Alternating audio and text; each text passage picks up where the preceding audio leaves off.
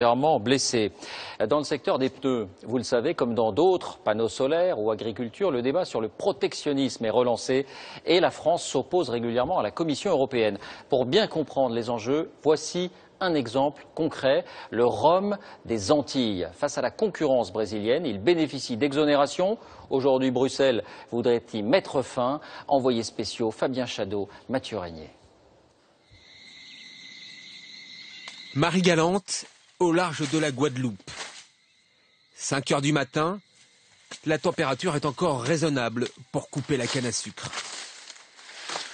Et quand le terrain est bien à plat, il y a la machine qui le fait. Et quand le terrain n'est pas à plat, on est obligé de couper à la main, quoi. Une coupe à l'ancienne, tout comme le transport. Une charrette tirée par 2 bœufs. Direction la distillerie. Ce matin, il doit livrer 2 tonnes de canne. Son client, c'est lui, Thierry Jérôme, distillateur. Il exige que tout soit fait à la main. C'est aussi pour éviter d'avoir des impuretés dans nos fermentations, à savoir de la terre ou des roches, qui peuvent altérer la qualité des fermentations. Mais aujourd'hui, ces images de cartes postales pourraient disparaître. Les rhummiers comme Thierry Jérôme se disent menacés. Car Bruxelles a décidé de s'attaquer à des cadeaux fiscaux que l'État leur a toujours accordés. Depuis 90 ans, les fabricants de rhum bénéficient d'une aide à l'exportation vers la métropole. Cette subvention représente 4,50 € sur cette bouteille vendue 17 € en métropole. Et ce n'est pas tout, l'Europe veut aussi supprimer un autre cadeau qui rapporte aux fabricants de rhum 110 millions d'euros par an. Une menace qui fait peur à toute la profession.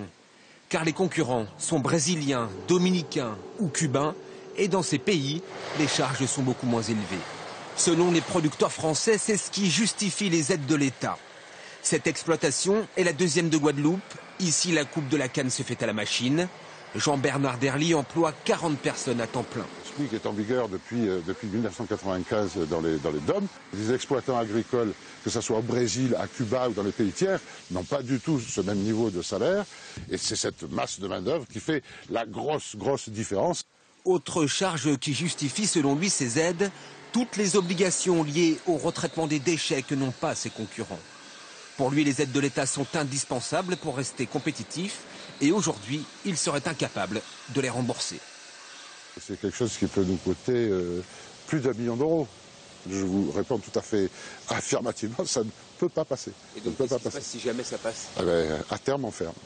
Si tous les avantages accordés aux fabricants de rhum disparaissaient, au total 40 000 emplois seraient menacés ici en Guadeloupe et 100 000 sur l'ensemble des départements d'outre-mer. En bref, encore aux Antilles, une nouvelle grève dans les stations-service de Martinique et de Guadeloupe. Les rares pompes ouvertes ont été prises d'assaut, comme ici à Pointe-à-Pitre. Un projet de décret gouvernemental est à l'origine du mouvement, alors que Jean-Marc Ayrault est attendu sur place pour une visite de 3 jours.